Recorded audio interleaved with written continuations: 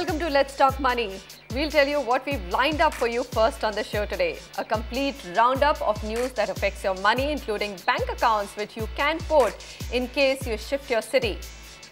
Also, the big investment debate on the show today is on gold. Where is it headed as an investment, especially for all those of you who got onto the gold bandwagon in the late 2011 after seeing a spectacular return for years and are now looking at gold losing a little bit of its sheen.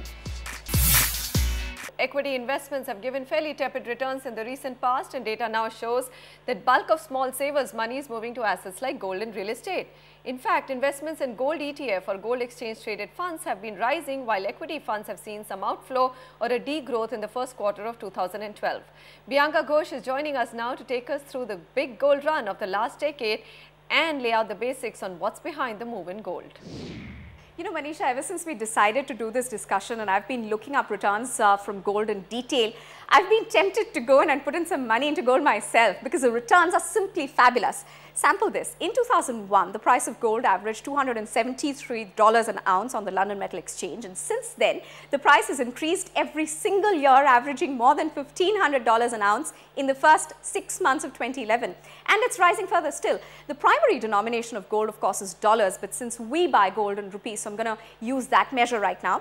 Over the past decade, gold has risen 400% in rupee terms in India, and annualized returns throw up this one trend that gold is increasingly being considered as a reliable hedge against credit risk, currency risk and inflation. We started off the fiscal year 2007 with gold averaging about 8,400 rupees per 10 grams, but by the end of that year, that's jumped to 9,300 rupees. That's, of course, a more than 10% jump. The returns double in the next 2 years that follow. So over 29% returns from your gold investment annually. So basically, say if you have bought gold at around 9,300 rupees in April of 2007, your investment is likely to go up to 15,000 rupees by April 2009.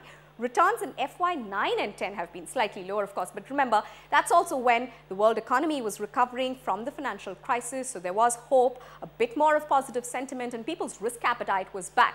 But as the financial crisis mutated from a mortgage crisis to a banking crisis and now to a sovereign debt crisis in the largest economies of the world, in India at least, annualized gold prices spiked up 35% in FY 11-12. So behind these statistics, there lie a series of interwoven global economic realities which together, they're increasing gold's relevance in today's world. And as the rupee depreciates against the dollar, something that we have seen in the last couple of months, the same amount of gold brings you a lot more. But Manisha, even as supply and demand fundamentals for gold, they continue to be stronger than ever. The respect for gold remains as is, and appreciation for gold's relevance in today's troubled world seems to be just beginning. I want to leave you and our analysts here with 3 questions. 1, can gold continue to make new highs this year? 2, given the current economic and the sovereign crisis, where is the floor for gold prices? And lastly, I want to ask, if gold, having depreciated 4% in the last 4 months, is it time to consider that 10-year bull run is over now? With that, it's over to you. Bianca, thanks very much. I am going to ask the analyst all the 3 questions that you've asked, but let me first introduce them to you.